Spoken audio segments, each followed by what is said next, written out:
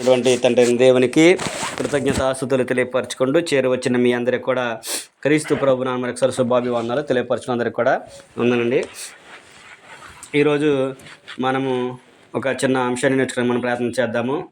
దేవుని యొక్క వాక్యంలోంచి మనం చదువుకున్నప్పుడు దేవుడు కోరుకున్నటువంటి ఒక విషయాన్ని మనం కూడా ఈ రోజున ఆలోచన అనేది చేద్దాము.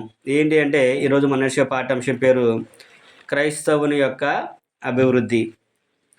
దేవుడు క్రైస్తవులు అభివృద్ధి చెందాలని కోరుకుంటూ ఉన్నాడు.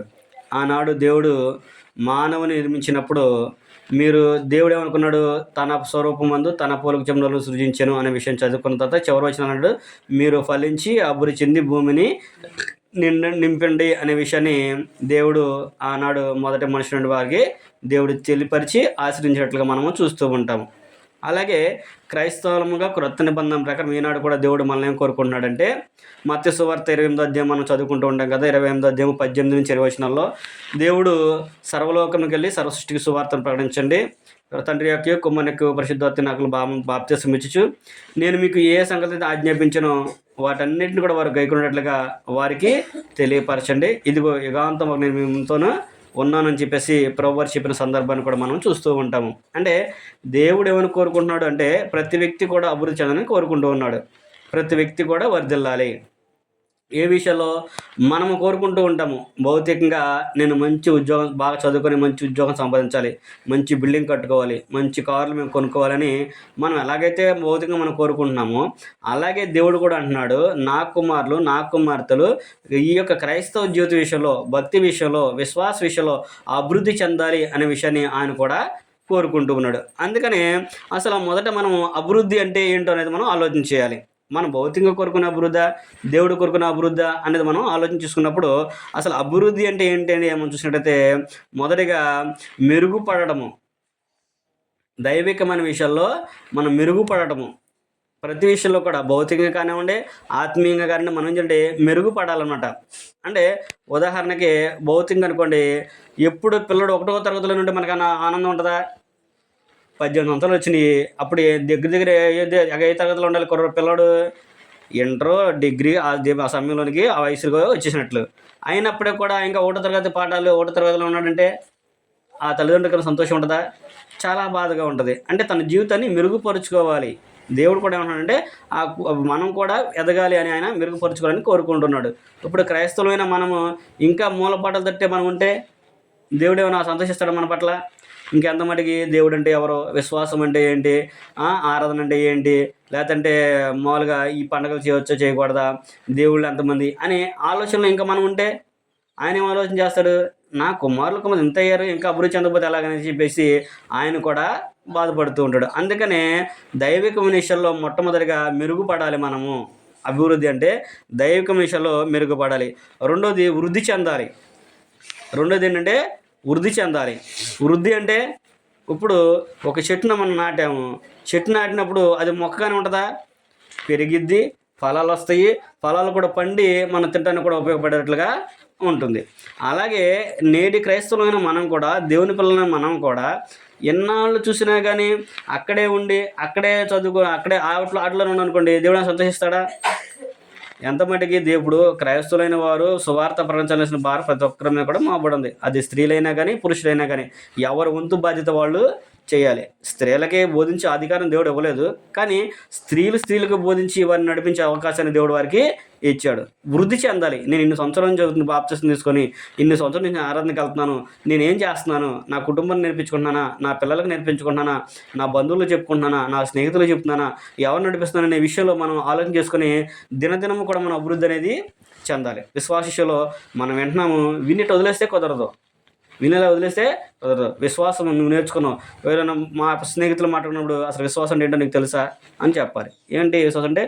లేనిదాన్ని కూడా ఉన్నది చెప్పడం, ఉన్నది నమ్మడమే విశ్వాసం.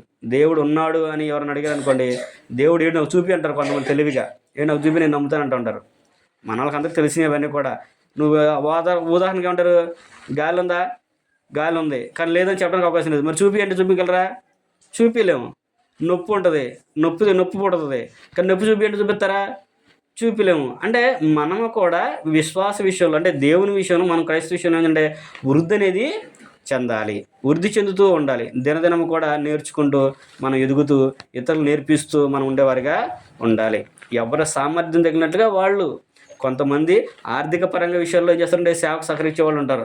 కొంతమంది పని విషయంలో సహకరిస్తారు. అంటే సభలకు కానివ్వండి, కోడికలకు కానీ చేసేటప్పుడు వారి వంతు వారు కష్టపడి పనిచేసి వారు చేయగలిగిన దాన్ని వాళ్ళు చేస్తారు. కొంతమంది సువార్తను ప్రకటన చేస్తుంటారు.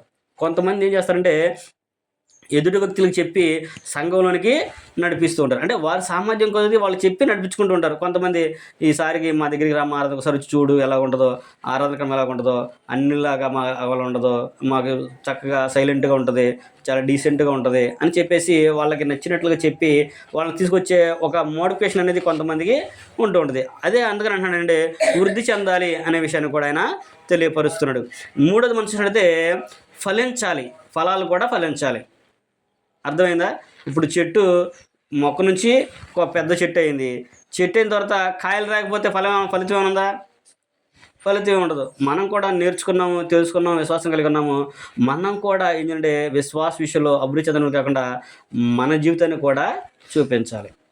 ఇప్పుడు ఇప్పుడు ఇతర వాళ్ళకి చెప్పి మనం చెబితే, ఇప్పుడు తమ్ముళ్ళు ఉన్నారు, నాన్న సినిమాలు చూడకూడదు, ఫోన్లు ఎక్కువ వాడకూడదు, చక్కగా తల్లిదండ్రుల మాట వినాలి, పెద్దలను గౌరవించాలని చెప్పేసి తేజకి చిన్నకి నేను చెప్పి మీకు చెప్పి నేను పద్దాకడ ఫోన్లు చూసుకుంటూ లేకపోతే సినిమాలకు వెళ్తూ లేకపోతే పెద్దలంటే గౌరవం లేకుండా ఎలా పడితే అలా మాట్లాడనుకో మీరు నమ్ముతారా?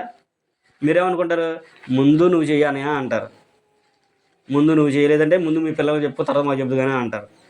అంటే మనం ఏం చేయాలంటే చెప్పేవారికి కాదు, చేసేవారే ఉండాలి. దేవుడు కూడా కోరుకునేది కూడా అదే. ప్రభువారు అన్నాడు, మనం సువార్తలో చదువుకుంటే మీరు శాస్త్రుల పరిశీలనలో మీరు ఉండొద్దు, వారు చెప్పుదరే కానీ చేయరు, చెప్తారు కానీ చేయరు. అందుకని మనం చెప్పేవారు కాదు, చేసేవారిగా ఉండాలి. ఫలించడం అంటే అది. మనం కూడా ఫలించాలి. వాళ్ళు చెప్పేవాళ్ళు కాదండి, చేసేవాళ్ళు. వాళ్ళు ఆ మాట ప్రకారం జీవిస్తారు, అలాగుంటారు అన్నట్లుగా మన విశ్వాస జీవితం అనేది, మన జీవితం అనేది, మన బ్రతుకు అనేది మన దేవుని ఎదుట కనపరుచుకునేటట్లుగా ఉండాలి. అందుకనే దేవుడు అంటున్నాడు, క్రైస్తవుడు అభివృద్ధి చెందాలని ఆయన కోరుకుంటున్నాడు. భౌతిక విషయంలో అనేక మంది అనేక విధాలుగా అభివృద్ధి చెందినప్పుడు కూడా నువ్వు దైవికమైన విషయంలో అభివృద్ధి చెందావనుకో దేవుడు నువ్వు భౌతికంగా కూడా ఆశీర్వదిస్తాడు. నువ్వు క్రైస్తవ విషయంలో అభివృద్ధి చెందు, విశ్వాసంలో అభివృద్ధి చెందు, దేవుడు నువ్వు ఎక్కడికి వెళ్ళి నిన్ను ఆయన ఆశీర్వదిస్తాడు. ఉదాహరణకి మనం చదువుకుంటే యాకోబు గారు ఉన్నాడు, దేవుని మీద ఆధారపడ్డాడు, దేవుడు ఆయన్ని ఏర్పాటు చేసుకున్నాడు. అన్న దగ్గర నుంచి పారిపోయాడు, తల్లిదండ్రుల నుంచి పారిపోయాడు. ఎలా పారిపోయాడు? ఆయన ఒంటిగా వెళ్ళిపోయాడు. ఏమీ లేదు ఆయనకి. వెళ్ళేటప్పుడు ఆయనకి ఏమి కూడా లేదు. వెళ్ళి తన మామ దగ్గర లాభం దగ్గర గొర్రెల మందని కాచుకుంటూ పని చేసుకొని వచ్చేటప్పటికి ఎంత సంపాదించుకుని వచ్చాడు? ఆయన విస్తారంగా సంపాదించుకొని వచ్చాడు. అంటే దేవుడు ఆశీర్వదించాలనుకుంటే నువ్వు ఎక్కడుండా కానీ నువ్వు ఆయన ఎందుకు భయభక్తి కలిగి ఉంటే ఆయన బహుగా ఆశీర్వదిస్తాడు. యాకోబు గారు కాదు, యోసేపు గారు కూడా అంతే. యోసేపు గారిని అన్నలు తృణీకరించారు, ఆయన్ని బానిసగా అమ్మేశారు. అయినప్పటికీ కూడా ఆయనకి ఎవరితో దయగలిగించాడు? ఫరోతో. ఆయనే ఈయన మీద దయగలిగేట్లుగా, యోసేపు గారిని దయగలిగేట్లుగా చూసుకొని ఆయన ఇంటి మీద విచారణకర్తగా ఆయన్ని ఏర్పరచుకున్నాడు. ఫరోకి ఐగుప్తు దేశం అంతటి మీద కూడా ఆయన అధికారిగా దేవుడు ఆయన్ని నియమించాడు. ఇప్పుడు యోసేపు గారు పోతిఫర్ ఇంట్లో నమ్మకంగా పనిచేశాడు. తన భార్య చేసిన దానికి ఆయన శిక్ష అనుభవించి ఆయన దేవుడే నాకు చూసుకుంటాడు, నేను అలాంటి తప్పు చేయనమ్మా అని చెప్పేసి ఆయన ఆమె వదిలిపెట్టి వెళ్ళిపోయాడు. దానికి ఫలితం పొందుకున్నాడు, శిక్ష పొందుకున్నాడు. జైలు వేశారు, కాదంటలేదు. మంచివాడు మొదట కష్టపడతారు, దేవుడు కష్టపడకుండా ఏమవడం. తర్వాత ఆయన చెరచాల్లోకి వెళ్ళిన తర్వాత ఫరో ఇంట్లో అధికారిగా ఆయన నిలబడ్డాడు. ఆయన కలగంటము, ఆ కలభామిని చెప్పటము, ఈయన తీసుకెళ్ళి ఆ దేశం మీద విచారణకర్తగా నియమించడము, కరువు వస్తుందని చెప్పడము, వాళ్ళ కరువు తగినట్లుగా ఇంతకు నీకంటే దైవజ్ఞానం కలిగిన వాళ్ళు ఎవరో అని చెప్పేసి ఆయనే నియమించడము ఫరో అందరూ. అంటే ఆయన ఆశీర్వాదం ఎలా ఉంది? తన తర్వాత తన కుటుంబానికి కూడా అది సాగింది. అంటే దేవుడు ఏర్పాటు చేసుకున్నప్పుడు, దేవుడు మనకి ఇస్తానన్నప్పుడు ఏది కూడా వదిలిపెట్టడు. అయితే మనం నమ్మకంగా ఉండాలి, ఓర్పుగా మనం కలిగి ఉండాలనేది దేవుని యొక్క ఉద్దేశము, దేవుని యొక్క ఆలోచన ఉన్నది అనే విషయాన్ని మనము గమనించాలి. మనము ఇప్పుడు క్రైస్తవుడు ఏ విషయంలో అభివృద్ధి చెందాలని దేవుడు కోరుకుంటున్నాడో కొన్ని సంగతులు మనం చూసుకుందాం, ఈరోజు నేర్చుకుందాము. మొట్టమొదటిగా దేవుడు మన పట్ల ఎలాంటి ఆలోచన కలిగి ఉన్నాడంటే, మనం ఏ విషయంలో అభివృద్ధి చెందాలని కోరుకుంటున్నాడంటే, మన తల్లిదండ్రులు ఏమనుకుంటారు? మా పిల్లలు బాగా చదవాలి, మంచి ఉద్యోగం సంపాదించాలి, చక్కగా మంచి పెళ్లి చక్కగా పెళ్లి చేసుకొని పిల్లల్ని కానీ చక్కగా బాగుండాలి అని మనం కోరుకుంటాం. అదే కదా మనం కోరుకునేది. మన పిల్లల అభివృద్ధి అంటే అదే కదా మనం కోరుకునేది. అలాగే మన తండ్రి కూడా, మన తండ్రి అయిన దేవుడు కూడా మనల్ని కోరుకుంటున్నాడు. ఏమని కోరుకుంటున్నాడంటే, నా పిల్లలు మొట్టమొదటిగా ఆత్మీయంగా అభివృద్ధి చెందాలి. మొట్టమొదటిగా ఏంటంట, ఆత్మీయంగా అభివృద్ధి చెందాలి. ఆత్మీయంగా అభివృద్ధి చెందాలంటే ఏం చేయాలి, ఏం చేయాలి అనేది కూడా మనము ఆలోచించాలి.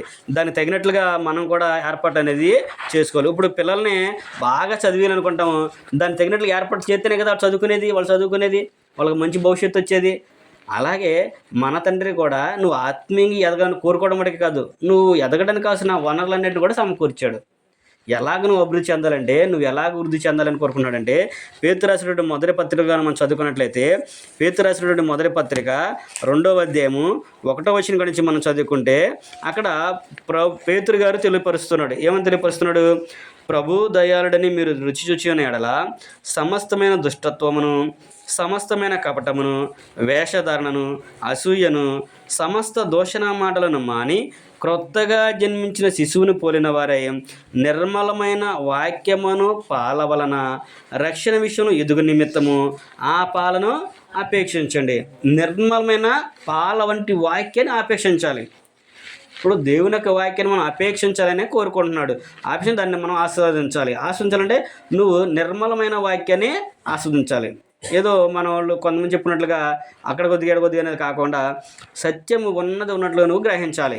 నిర్మలమైన వాక్యాన్ని అనే పాల వంటి వాక్యము అనే విషయాన్ని చెప్తున్నాడు. మీరు చూడండి, గేదె దగ్గర తీసిన పాలు తీసి తోడేస్తే ఎంత గడ్డ కట్టింది. అదే తీసుకొచ్చిన తర్వాత కొంచెం నీళ్ళు కలిపి ఇది చేస్తే ఎలా ఉంటుంది? అది నీళ్ళుగానే ఉంటుంది. అలాగే దేవుని యొక్క వాక్యము కూడా శ్రేష్టమైనది. ఉన్నట్లుగా మనం నేర్చుకున్నాం అనుకోండి, ఏది సత్యం మనం తెలుసుకున్నాం అనుకోండి, మన జీవితం అనేది బాగుంటుంది. అక్కడ ఎందుకనే పేతురు అన్నాడు, మీరు ప్రభు దయలను మీరు చూసి ఉంటే మీరు ఏం చేయాలంటే వీటన్నిటిని కూడా మానాలి. ముందు ఏమంటాడు అక్కడ?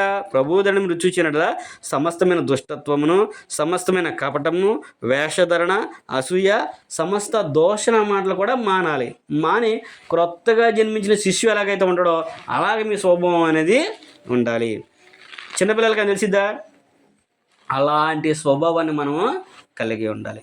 అప్పుడు నిర్మలమైన వాక్యము పాల వంటి వాక్యాన్ని మనం అపేక్షించినప్పుడు ఆ వాక్యము మనలో కార్యసిద్ధిని కలిగిస్తుంది, ఒక ధైర్యాన్ని ఇస్తుంది, ఒక బలాన్ని మనకి కలిగిస్తుంది. మనం అందుకని దేవుని యొక్క వాక్యాన్ని తప్పకుండా దాన్ని అనుసరించి మనం నడుచుకునే వారిగా ఉండాలి. సత్యవాక్యం మనం తెలుసుకున్నప్పుడు, మన హృదయాల్లో తెలుసుకున్నప్పుడు దేవుడు మన హృదయాల్ని తెరుస్తాడు. సత్యవాక్యం ఉన్నట్లుగా మనం తెలియపరిచినప్పుడు కూడా ఎదుటివారిని దేవుడు తన హృదయంతో తన వాక్యం ద్వారా తెరుస్తాడు. ఉదాహరణకి అపోస్తలుల కార్యం మనం చదువుకుంటాం, 2వ అధ్యాయం మనం చదువుకుంటాం. పేతురు యొక్క ప్రసంగంలో పేతురు గారు చరిత్ర అంతా చెప్పుకుంటూ వస్తూ, మీరు సిలువ వేసిన ఈ యేసుడే దేవుడు ప్రభుగాను క్రీస్తుగాను నియమించను, ఇది ఇశ్రాయేలు వంశం అంతా కూడా రూఢిగా తెలుసుకోవాలని 36లో చెబుతాడు. 37 వచనం అంటారు, వాళ్ళు హృదయంలో పడబడిన వారే అయ్యాల రక్షణ పొందడానికి ఇప్పుడు మేమేం చేయాలి అని అంటారు. అంటే సత్యవాక్యం ఉన్నట్లుగా తెలియపరిచినప్పుడు మన హృదయం అనేది, మన యొక్క తలంపు అనేది మారిపోద్ది. అంటే మా కొరకు ఈయన ఇంత బాధపడ్డా, మేము ఇంత పని చేశామా అంటే దేవుని యొక్క వాక్యం ఉన్నప్పుడు మాలో ఈ లోపం ఉందా అని తెలుసుకొని దాన్ని మార్చుకోవాలి. కానీ మా కోసమే చెప్పాడు అని చెప్పేసి ఎప్పుడు మనం అనుకోకూడదు. ఇప్పుడు ఇక్కడ పేతురు గారు అదే చెబుతున్నాడు, మీరు సమస్తమైన దోషణ మాటలు మానండి అని అంటున్నాడు. మీరు వేషధారణ మానివేయండి అని అంటున్నాడు. అంటే వేషధారణ అంటే మనిషి ఉన్నప్పుడు ఒకలాగా, మనిషి లేనప్పుడు ఒకలాగా ప్రవర్తించడం, అసూయ, ఒకరి మీద ద్వేషం పెంచుకోవడం, అలాంటివి మనం ఉండకూడదు. అందుకని వీటన్నిటి కూడా మీరు మాని క్రొత్తగా జన్మించిన వారిని పోలిన వారిని మీరు ఉండాలి. నిర్మలమైన పాల వంటి వాక్యను మీరు అపేక్షించండి అనేసి చెబుతున్నాడు. కాబట్టి మనం కూడా వీటన్నింటిని కూడా విడిచిపెట్టి సత్యవాక్యం ఉన్నదానికి విన్నప్పుడు మన హృదయం దేవుని వైపు తిరుగుతుంది. నా కొరకు నా ప్రభు ఎంత బాధపడ్డా, నువ్వు నిజంగా సత్యాన్ని గ్రహించినప్పుడు, దేవుని యొక్క వాక్యం తెలుసుకున్నప్పుడు ఆయన లోకానికి వచ్చి ఏం చేశాడంటే, నేను చేసే పని ఏదైతే ఉందో, నేను పడాల్సిన దెబ్బలు ఏవైతే ఉన్నాయో, నాకు పడాల్సినవి అవన్నీ కూడా ప్రభు వారికి తగిలినాయి. అందుకనే ప్రభు వారు నా కొరకు శిలువలో బలియాగంగా మరణించాడు. ఇప్పుడు నా పాపాలన్నీ కడిగి వేసుకోవాలి అంటే నేను ఆయన రక్తంలో కడగబడాలి అనే ఆలోచన ప్రతి వ్యక్తికి కూడా రావాలి. ఇప్పుడు మనం ఏదో తెలిసి ఒక మాట అంటాము, దాని ద్వారా దెబ్బ ఎవరు తగులుతుంది? మనకు తగలదు, ప్రభువుకు తగులుతుంది. అది నువ్వు క్రీస్తులోనికి రాకమునుపు నీవు ఎలాగని చూడప్పుడు కూడా అది నువ్వు క్రీస్తు అంగీకరించారో అది క్రీస్తుకే జరుగుతుంది. నువ్వు క్రీస్తులో జన్మించిన తర్వాత మంచి అయినా చెడైనా కానీ అది క్రీస్తుకే చెందుతుంది. క్రీస్తులోనికి రాక మునుపు కూడా అది దేవునికే చెంది నీ కోసమే ఆయన మరణించాడు. అప్పుడు అపవాది ఎక్కిరిస్తూ ఉంటాడు. అంటే మనలో ఉదాహరణ అనుకుంటూ ఉంటాము. ఇప్పుడు తల్లిదండ్రులు బాగా చదివించాలని ఆలోచన కలిగి చక్కగా చదివిస్తున్నాను అనుకో, పిల్లలు చెప్పిన మాట లేదనుకోండి, వాళ్ళు చుట్టుపక్కల ఏమంటారు, పెద్ద భయభక్తులు పెంచినట్లుగా పెంచారు పిల్లల్ని, చూసేవి అట్ట చేశారు అని అంటారు. అట్ట అంటారా? ఇప్పుడు పిల్లల్ని చక్కగా బయటికి వెళ్ళనివ్వకుండా చదివించి ఉన్న దాంట్లో బయట నెమ్మదిగా లోపలే ఉంచి పిల్లల్ని చదివిస్తాను అనుకోండి, వాళ్ళు తెలిసి తెలియక లేకపోతే ఎవరు చెప్పిన మాటలు ఏదో ఒకటి చేశారనుకోండి, అప్పుడు తల్లిదండ్రులు చుట్టుపక్కల ఏమంటారు, సూటిపోటి మాటలు అంటుంటారు. ఇప్పుడు మన ప్రభువును కూడా అపవాది అలాగే అంటూ ఉంటాడు. చూసావా, నువ్వు నీ పిల్లల కోసం నువ్వు వాళ్ళ కోసం నువ్వు రక్తాన్ని ఖర్చావు, కానీ నీ సహోదరుల కోసం వాళ్ళు నీ రక్తాన్ని తృణీకరిస్తున్నారు చూసావా అని అంటూ ఉంటాడు. నువ్వు ప్రయాసపడ్డావు కానీ వాళ్ళు తృణీకరిస్తున్నారు అనే విషయాన్ని చేస్తూ ఉంటాడు. మనం ఏదన్నా వేరే ఆలోచన చేసినప్పుడు కూడా చూసావా, అది నా వైపు ముగ్గు చూపుతున్నారు తప్ప నీ వైపు వాళ్ళు రావట్లేదు అనే విషయాన్ని చేసి అక్కడ కూడా హేళన చేసేదాన్ని మనం గమనించు. కాబట్టి మనం ఏం చేయాలంటే, నిర్మలమైన ఆత్మీయంగా అభివృద్ధి చెందాలంటే నిర్మలమైన పాల వంటి వాక్యాన్ని మనం అపేక్షించాలి అనే విషయాన్ని తెలియపరుస్తున్నాడు. అంటే రక్షణ పొందడానికి సత్యవాక్యాన్ని మనం అపేక్షించి దాన్ని అనుసరించి నడుచుకోవాలి. రెండోది ఏం చెప్తున్నాడంటే, దాంట్లోనే నిర్మలమైన వాక్యం అన్నాడు కదా, రెండోది ఏంటంటే మన సొంత రక్షణ, అంటే రక్షింపడిన వారికి ఏం చేయాలంటే సొంత రక్షణను భయంతో వణుకుతో కొనసాగించాలి. ఏం చేయాలంటే భయముతోనూ వణుకుతోనూ మీ సొంత రక్షణను కాపాడుకోండి అని అంటే. ఫిలిప్పీయులకు రాసిన పత్రిక 2వ అధ్యాయము 12వ వచనం కనుక మనం చదువుకుంటే, అక్కడ పౌలు గారు ఫిలిప్పీకి రాస్తూ ఆయన ఏమంటాడంటే, కాబట్టి కాగా నా ప్రియ సహోదరులారా అనే విషయం చదువు. ఫిలిప్పీయులకు రాసిన పత్రిక 2వ అధ్యాయము 12వ వచనం కనుక మనం చదువుకుంటే, ఫిలిప్పీ 2:12 చదువుకుంటే, కాగా నా ప్రియులారా మీరెల్లప్పుడూ విధేయులైన ప్రకారము నా ఎదుట ఉన్నప్పుడు మాత్రమే గాక మరి ఎక్కువగా నేను మీతోని ఈ కాలమందును భయముతోనూ వణుకుతోనూ మీ సొంత రక్షణను కొనసాగించుకొనుడి. ఇక్కడ పౌలు గారు ఫిలిప్పీలో చెబుతున్నాడు, కాగా సహోదరులారా మీరు ఏం చేస్తారంటే, మీరు ఎల్లప్పుడూ విధేయులు ఉన్న ప్రకారము, అంటే ప్రభు ఉన్నప్పుడు మీరు విధేయులు ఉన్నారు కదా, ఎల్లప్పుడూ నేను ఉన్నప్పుడు విధేయులు ఉన్నారు కదా, పౌలు నేను ఉన్నప్పుడు మీరు ఎట్ట విధేయులు అవుతున్నారు, అదే ప్రకారం నా ఎదుట ఉన్నప్పుడు మాత్రమే గాక, అంటే పౌలు గారు ఎదురు ఉన్నప్పుడు మాత్రమే గాక మరీ ఎక్కువగా నేను లేని మీతో లేని సమయంలో కూడా మీరు ఏంటంటే ఎక్కువగా భయపడి మీ సొంత రక్షణ మీరు కొనసాగించండి. అంటే సేవకులు ఉన్నారనుకోండి, ఏం చేస్తూ ఉంటారు, అమ్మ మనం ఏదైనా మాట్లాడితే అన్న ఏదని అనుకుంటాడు, లేకపోతే అక్క ఏదని అనుకుంటుంది అని చెప్పేసి మనం ఆ కాసేపు మరణం తర్వాత. అందుకే ఇక్కడ పౌలు గారు కూడా అన్నాడు, నా సహోదరులారా నేను మీ ఎదురు ఉన్నప్పుడు మాత్రమే కాదు, నేను మీతో లేని సమయంలో కూడా ఏంటంటే మీ సొంత రక్షణ అది మీరు భయంతో వణుకుతో కాపాడుకోండి. నేను ఏం మాట్లాడకూడదు, నేను జాగ్రత్తగా ఉండాలి, నేను ఆనందంగా ఉండాలి, దేవుని కుమార్తెను కాబట్టి నేను క్రైస్తవుని కనుక నా యొక్క విధేయతను ఎదుటి వరకు కనబడేటట్లుగా నా ప్రవర్తన అనేది ఉండాలి అనేటట్లుగా మన జీవితాన్ని మనం మార్చుకోవాలి. అందుకే అదే అన్నాడు ఆయన, ఆత్మీయ అభివృద్ధిని చెందాలని మొదటిగా దేవుడు మన పట్ల కోరుకున్నాడు. ప్రభువు అంటే మనం ఆత్మీయంగా అభివృద్ధి చెందాలని కోరుకుంటూ ఉన్నాడు. రెండో విషయం మనం గమనించినప్పుడు, మనం చూసినట్టయితే ఒక క్రైస్తవుడు ఏ విషయంలో అభివృద్ధి చెందుకుంటున్నాడే, ప్రేమ విషయంలో కూడా మనం అభివృద్ధి చెందాలని దేవుడు మనల్ని కోరుకుంటూ ఉన్నాడు. దేవుణ్ణి ప్రేమించే విషయంలో కూడా మనం అభివృద్ధి చెందాలి. దేవుని మట్టుకే కాదు, సహోదర ప్రేమ విషయంలో కూడా మనం అభివృద్ధిని కలిగి ఉండాలి. అందుకని ఇక్కడ కూడా ఏమని తెలియపరుస్తున్నాడంటే, దేవుడు ప్రేమ స్వరూపి ఉన్నాడు అనే విషయాన్ని చెబుతున్నాడు. మనం చదువుకుంటూ ఉంటాము, యోహాను రాసిన మొదటి పత్రిక 4వ అధ్యాయము 7-8 వచనం కనుక మనం చదువుకున్నట్లయితే, 7-8 వచనం మనం చదువుకుంటే, 4వ అధ్యాయము మొదటి యోహాను పత్రిక 4వ అధ్యాయము 7-8 వచనం మనం చదువుకుంటే, ప్రియులారా మనం ఒకనొకడు ప్రేమింతుము, ఏలయనగా ప్రేమ దేవుని మూలంగా కలుగుచున్నది. ప్రేమించు ప్రతివాడును దేవుని మూలంగా పుట్టినవాడే దేవుని ఎరుగును. దేవుడు ప్రేమ స్వరూపి, ప్రేమ లేనివాడు దేవుని ఎరగడు. అందుకనే మనము చూస్తూ ఉంటాం, యోహాను పత్రిక మనం చదువుకుంటే చెప్తుంటాడు, కనిపించే నీ సహోదరుని ప్రేమించలేని వాడు కనబడిన దేవుణ్ణి ప్రేమించలేడు. ఎందుకంటే మనం అందరం కూడా భౌతికంగా ఆ రూపాలు కలిగినప్పటికీ, ఆ ఇదులు జరిగినప్పుడు కూడా ఆత్మీయంగా మనం అందరం కూడా ఒకే పోలిక, మనం అందరం కూడా ఒకే స్వరూపాన్ని కలిగి ఉన్నాం. ఆదికాండం మనం చదువుకుంటాం కదా, దేవుడు మన స్వరూపమందు మన పోలిక చొప్పున అలను చేయుదుమన్నాడు. దేవుని పోలిక ఏంటి? దేవుడు ఆత్మ కనుక ఆయన ఆరాధించేవారు ఆత్మతో సత్యంతో ఆరాధించాలి. అంటే దేవుడు ఆత్మ కాబట్టి ఆయన పిల్లలమైన ప్రతి ఒక్కరికి కూడా ఆత్మ రూపాలనే ఉన్నాయి. ఈ ఆత్మక రూపం ఉందా? అందరూ ఒకే విధంగా మనము కనిపిస్తుంటాం. అప్పుడు ఏం చేయాలి? నువ్వైనా నేనైనా కానీ దేవుని పోలిక అనే ఆలోచన కలిగినప్పుడు మన ఎదుటి వారిని ద్వేషించడం కానివ్వండి, తిట్టడం కానివ్వండి, వారి మీద పగబెట్టుకోవడం కానివ్వండి, అలాంటివి ఏమి కూడా మనకు ఉండవు. ఎందుకంటే నా సహోదరుడు నా సహోదరుని ఆలోచన మనకే వస్తుంటుంది. అందుకనే ఒకరినొకరు ప్రేమించండి అన్నాడు. ఇది ఒకవేళ మీకు క్రొత్త ఏమో, మీరు మీ దగ్గర ప్రారంభం అనుకుంటారేమో. కాదు కాదు, దేవుడు ప్రేమ స్వరూపి. ప్రేమ దేవుని మూలంగా కలిగింది. దేవుని మూలంగానే ప్రేమ కలిగింది.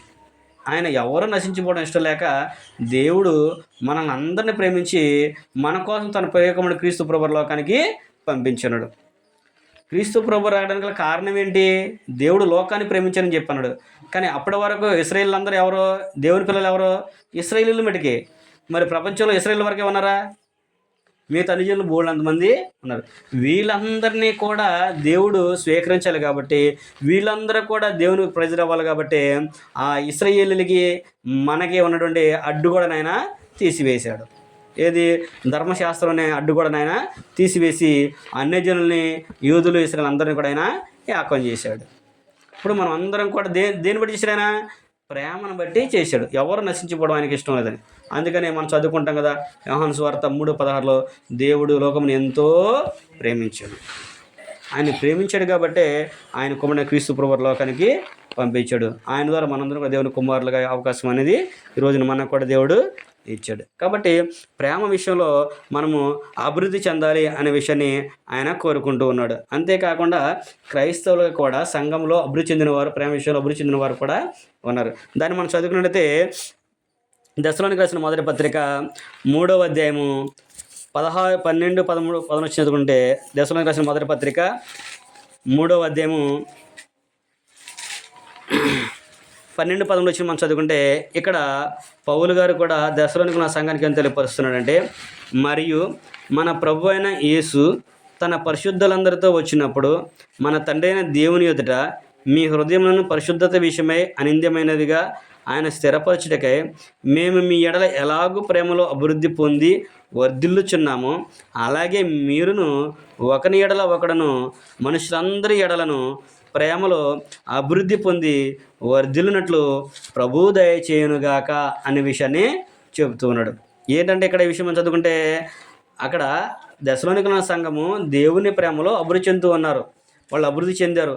మేము ప్రేమ మీద ఎలాగైతే అభివృద్ధి చెందామో, స్థిరపడ్డామో, అలాగే మీరు కూడా ఏమన్నాడంటే, ఎలాగో ప్రేమలో అభివృద్ధి పొంది వర్ధిల్లుచున్నామో అలాగే మీరు కూడా, వాళ్ళు ఎలాగైతే ప్రేమలో అభివృద్ధి చెంది వర్ధిల్లుచున్నారో అలాగే మనం కూడా ఏమన్నాడంటే, మీరు కూడా ఒకరి ఎడల ఒకడు మనుషులందరి ఎడలను ప్రేమలోను అభివృద్ధిలోను వర్ధిల్లుచు ప్రభు మీకు దయచేయను గాక అనే విషయాన్ని చెబుతున్నాడు. అంటే దేవుడు మనకి దయచేస్తాడు. అలాగ మనం నడుచుకోవాలి. మనం ప్రేమ కలిగి ఉన్నప్పుడు ఆయనే మనల్ని బలపరుస్తాడు, ప్రేమలో స్థిరపరుస్తాడు అనే విషయాన్ని కూడా దేవుని యొక్క వాక్యం మనకి తెలియపరుస్తూ ఉంది. అలాగే మూడో విషయాన్ని మనం ఆలోచించినప్పుడు, మొదటిగా ఆత్మరక్షణ విషయంలో అభివృద్ధి చెందాలని కోరుకుంటున్నాడు. రెండోది ప్రేమ విషయంలో అభివృద్ధి చెందాలని కోరుకుంటున్నాడు. మూడోది విశ్వాసమందు ప్రతి ఒక్కరు కూడా అభివృద్ధి చెందాలని కోరుకుంటున్నాడు. దేవుడు క్రైస్తవులను ప్రతి ఒక్కరు కూడా విశ్వాస విషయంలో కూడా అభివృద్ధి అనేది చెందాలి. ఎందుకు చెప్పాడు ఈ మాట మనం అనుకున్నట్లయితే, చాలామందికి మొదట్లో ఉన్న విశ్వాసము తర్వాత ఉండదు. అందుకని ప్రకటన గ్రంథంలో యోహాను గారి ద్వారా ప్రభువారు తెలిపే సందర్భం ఏంటంటే, మీకు మొదట ఉన్న ప్రేమను మీరు విడిచితిరి, మీకు మొదట ఉన్న ప్రేమ మీరు విడిచిపెట్టారు. మీరు మొదట్లో ఎలాగున్నారో అలా మీ విశ్వాసము లేదు, మీ ప్రేమ లేదు, మీ నమ్మకము లేదు అనే విషయాన్ని ప్రకటన గ్రంథంలో కూడా దేవుడు ఆ సంఘాలకి చెప్పినట్లుగా మనం చూస్తూ ఉంటాము. అలాగే ఇక్కడ కూడా అంటే మనము కూడా విశ్వాస విషయంలో అభివృద్ధి అనేది చెందాలి. విశ్వాస విషయంలో అభివృద్ధి చెందడం ఎలా కనబడుతుంది అంటే, మనం చదువుకున్నప్పుడు రోమిలకు రాసిన పత్రిక 1వ అధ్యాయము 8వ వచనం కనుక మనం చదువుకుంటే, రోమిలకు రాసిన పత్రిక 1వ అధ్యాయము 8వ వచనం మనం చదువుకున్నప్పుడు, అక్కడ పౌలు గారు రోమలో ఉన్న సంఘాన్ని కూడా తెలియపరిచిన విషయాన్ని మనం చూసినట్లయితే, మీ విశ్వాసము సర్వలోకమున ప్రచురం చేయబడుచుండటను బట్టి మొదట మీ అందరి నిమిత్తము యేసుక్రీస్తు ద్వారా నా దేవునికి కృతజ్ఞతాస్తుతులు చెల్లించుచున్నాను. ఏం జరుగుతుందంట? మీ విశ్వాసము సర్వలోకమున ప్రచురపరచు చేయుడున్నది. ప్రచురం చేయుచుండును బట్టి మేము దేవునికి కృతజ్ఞతలు తెలియపరుస్తూ ఉన్నాము. అంటే విశ్వాస విషయంలో ప్రతి క్రైస్తవురాలు కూడా ఏంటంటే అభివృద్ధి అనేది చెందాలి అనే విషయాన్ని ఇక్కడ రోమాలో ఉన్న వారికి పౌలు గారు తెలియపరచులుగా మనం చూస్తూ ఉంటాము. మనం విశ్వాస విషయంలో కూడా అభివృద్ధి అనేది చెందాలి. ఫిలిప్పీలకు రాసిన పత్రిక 1వ అధ్యాయం కనుక మనం చదువుకున్నట్టయితే, ఫిలిప్పీ పత్రిక 1వ అధ్యాయము 25-26 వచనం మనం చదువుకుంటే, ఫిలిప్పీలో ఉన్న సంఘానికి కూడా పౌలు గారు ఈ విషయాన్ని చెబుతూ ఉన్నాడు. ఏమని తెలియపరుస్తున్నాడు? ఫిలిప్పీలకు రాసిన పత్రిక 1వ అధ్యాయము 25-26 వచనం కలిసి ఉంటాయి. మనం చదువుకున్నట్టయితే, మరియు ఇట్టి నమ్మకము కలిగి నేను మరలా మీతో కలిసి ఉండుట చేత నన్ను గూర్చి క్రీస్తునందు మీకున్న అతిశయము అధికమగినట్లు మీరు విశ్వాసమందు అభివృద్ధియు ఆనందమును పొందు నిమిత్తము నేను జీవించి మీ అందరితో కూడా కలిసి ఉందని నాకు తెలియను. ఏమంటాడు అక్కడ? మీరు విశ్వాసమందు అభివృద్ధి ఆనందము పొందు నిమిత్తము. ఎలా చేయాలంటే విశ్వాస విషయంలో అభివృద్ధి పొందాలి, అలాగే ఆనందాన్ని కూడా కలిగి ఉండాలనే విషయాన్ని ఇక్కడ పౌలు గారు ఫిలిప్పీలో ఉన్న సంఘానికి కూడా తెలియపరుస్తున్నాడు. విశ్వాసం అంటే ఏంటో మనకి తెలుసు. విశ్వాసం గురించి మనకు తెలియని కొత్తదేమీ కాదు. కానీ ఆ విశ్వాస విషయంలో స్థిరపడాలి, స్థిరంగా ఉండాలి. ఆ విశ్వాసంలో అభివృద్ధి అనేది చెందాలి. ఆ అభివృద్ధి చెందినప్పుడు ఎలా ఉంటుందంటే, మనము ఎన్ని కష్టాలు వచ్చినప్పటికీ, ఎన్ని నష్టాలు వచ్చినప్పుడు కూడా మనం ఏమంటే దేవుణ్ణి, ప్రభువారిని మనం విడిచిపెట్టము, సత్యముల నుంచి తొలగము. ఏదైనా నిందొచ్చినప్పుడు మనం ఏమనుకుంటామంటే అది మహానందం ఎంచుకోమన్నాడు. మన సత్యం తెలిసినప్పుడు దాన్ని మహానందం అని ఎంచుకుంటాం. ప్రభువారు చెప్పాడు కదా, మత్తయి సువార్త 5వ అధ్యాయంలో మనం చదువుకుంటే ప్రభువారు ఏం చెబుతున్నాడు? నా నిమిత్తము జనులు మిమ్మల్ని నిందించి హింసించినప్పుడు అలా అనే విషయం చెబుతూ ఉంటాడు. మత్తయి సువార్త 5వ అధ్యాయము 11-12 వచనం కలిసి ఉంటే మనం చదువుకున్నట్లయితే అక్కడ ప్రభువారు ఏమంటున్నాడంటే, నా నిమిత్తము జనులు మిమ్మల్ని నిందించి హింసించి మీ మీద అబద్ధముగా చెడ్డ మాటల్లో పలికినప్పుడు మీరు ధన్యులు, సంతోషించి ఆనందించుడి, పరలోకమందు మీ ఫలం అధికమగును. ఇలాగన వారు మీకు పూర్వముందుండిన ప్రవక్తలను కూడా హింసించారు. మీరు ఒకవేళ మీకే కలిగి అనుకుంటున్నారేమో, మిమ్మల్ని హింసించారనుకుంటున్నారేమో, పూర్వముందు ప్రవక్తలను కూడా అలాగే చేశారు, పూర్వముందున్న వారిని కూడా అలాగే హింసించారు. కాబట్టి మీరు మహానందం ఎంచుకోండి అని అంటున్నాడు.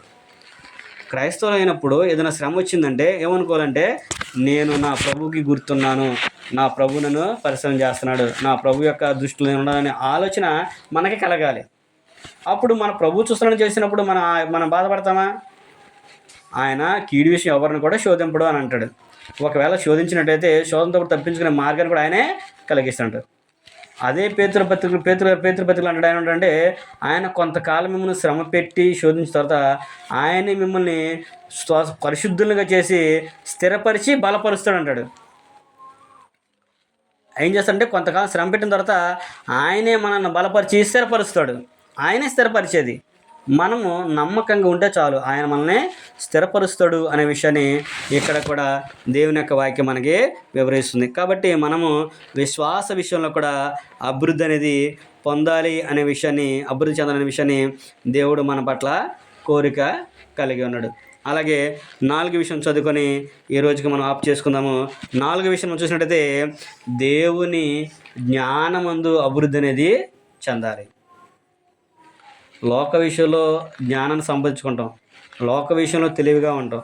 కానీ దేవుని వాక్య విషయంలోకి వచ్చేసరికి ఎక్కడైతే ఏముందలే, ఏదైతే ఏమైంది, ఏదైనా ఒకటేగా, ఒకసారి చేస్తే తప్పేంటి, ఒకసారి వెళ్తే నష్టం ఏంటి అనే ఆలోచన విధానం మన నేటి క్రైస్తవులు చాలామందికి ఉంది. ఆయన చెప్పేదైనా మేము చెప్పేది కదా అన్నట్లు కూడా భావించి బంధువులను బట్టో లేకపోతే భౌతికంగానో ఏదో విషయంలో ఏదో రూపంలో పడిపోయేవాళ్ళు ఉంటూ ఉంటారు. ఇక్కడ కూడా మనకేం తెలిపిస్తుంది దేవుడు అనుకుంటున్నాడంటే, ఒక క్రైస్తవుడు ఏ విషయంలో అభివృద్ధి చెందాలంటే ఆత్మరక్షణ విషయంలో అభివృద్ధి చెందాలి, ప్రేమ విషయంలో అభివృద్ధి చెందాలి, 3వదిగా విశ్వాస విషయంలో అభివృద్ధి చెందాలి, 4వదిగా దేవుని జ్ఞానం విషయంలో కూడా అభివృద్ధి అనేది చెందాలి అనే విషయాన్ని కోరుకుంటూ ఉన్నాడు. అందుకని తిమోతి రాసిన మొదటి పత్రికలో పౌలు గారు తిమోతికి రాస్తూ 2వ అధ్యాయం 4వ వచనంలో ఆయన ఏమని పిలుపరుస్తున్నాడు?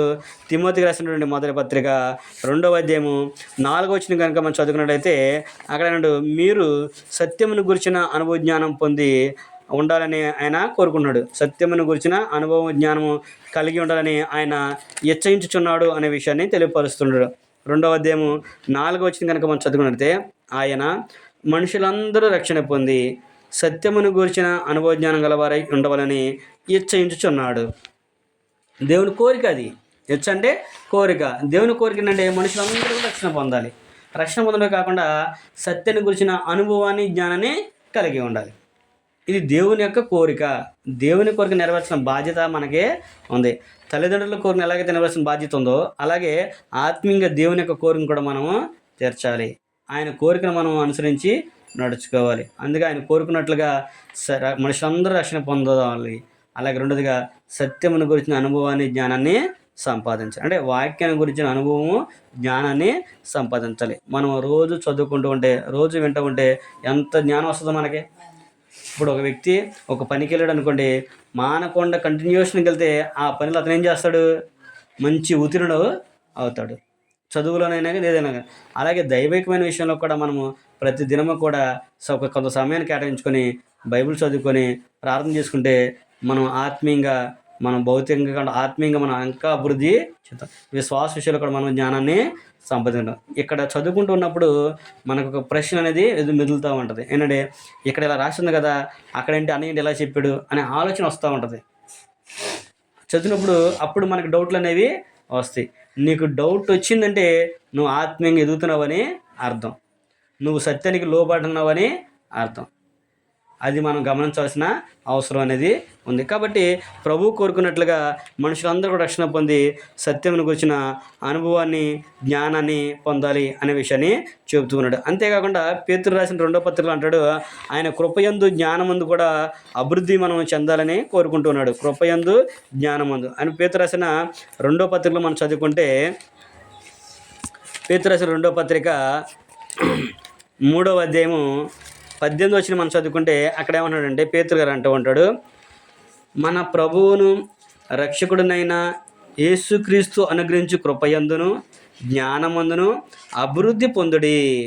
ఆయన ఇప్పుడును యుగాంతం వరకును మహిమ కలుగునుగాక అనే విషయాన్ని చెబుతూ ఉన్నాడు. అంటే ఏమని కలగాలంటే, ఆయన మన ప్రభువు రక్షకుడైన యేసుక్రీస్తు అనుగ్రహించు కృపయందు జ్ఞానమందు అభివృద్ధి అనేది పొందాలి. ఆయన ఉచితంగా మనకి కృపనే యొక్క జ్ఞానాన్ని మనకి ఇస్తున్నాడు. దానిలో మనం అభివృద్ధి చెందాలని చెప్పేసి ఆయన కూడా మనల్ని కోరుకుంటున్నట్లుగా దేవుని యొక్క వాక్యం మనకి తెలియపరుస్తుంది. అందుకనే మనం ఎప్పుడు కూడా దేవుని పట్ల విధేయతను మనం చూపించాలి.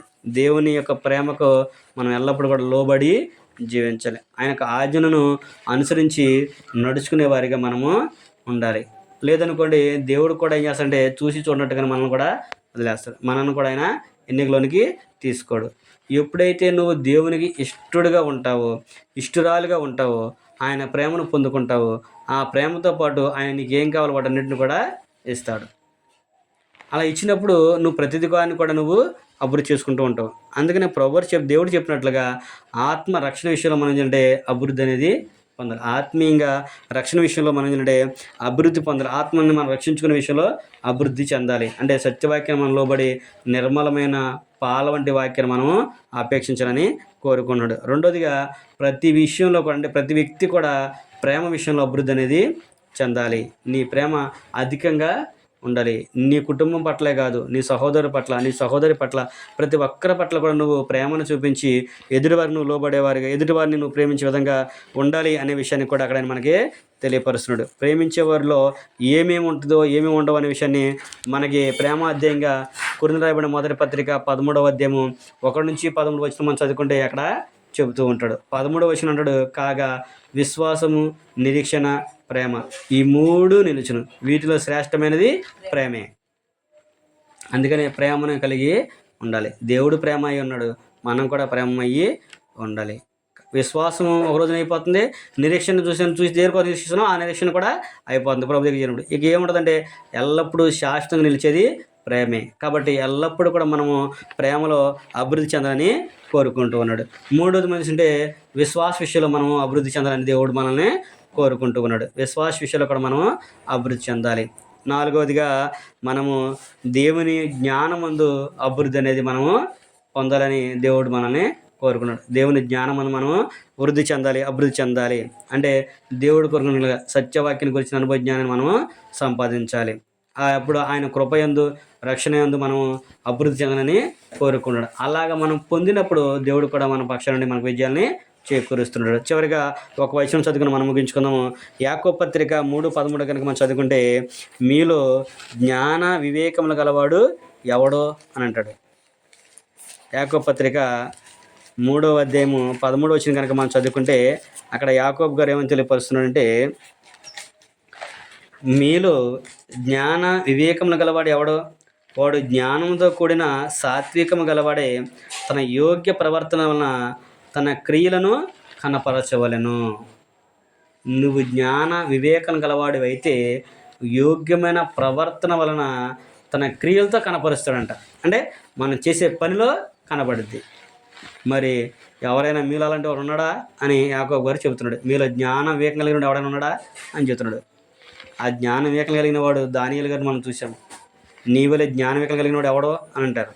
ఆయన ఆ కళ యొక్క భావాన్ని చెప్పినప్పుడు నెబుకద్నెజరు అంటూ ఉంటాడు, రాజా నువ్వు కలగన్నావు, నీ తర్వాత రాజ్యం ఏమైపోద్దని పరలోకమందున దేవుడు నీకు దీనికి బయలుపరిచాడంటే అప్పుడు అంటాడు, నీ వలె జ్ఞాన వివేకం కలిగిన వాడు ఎవడో అని అంటాడు.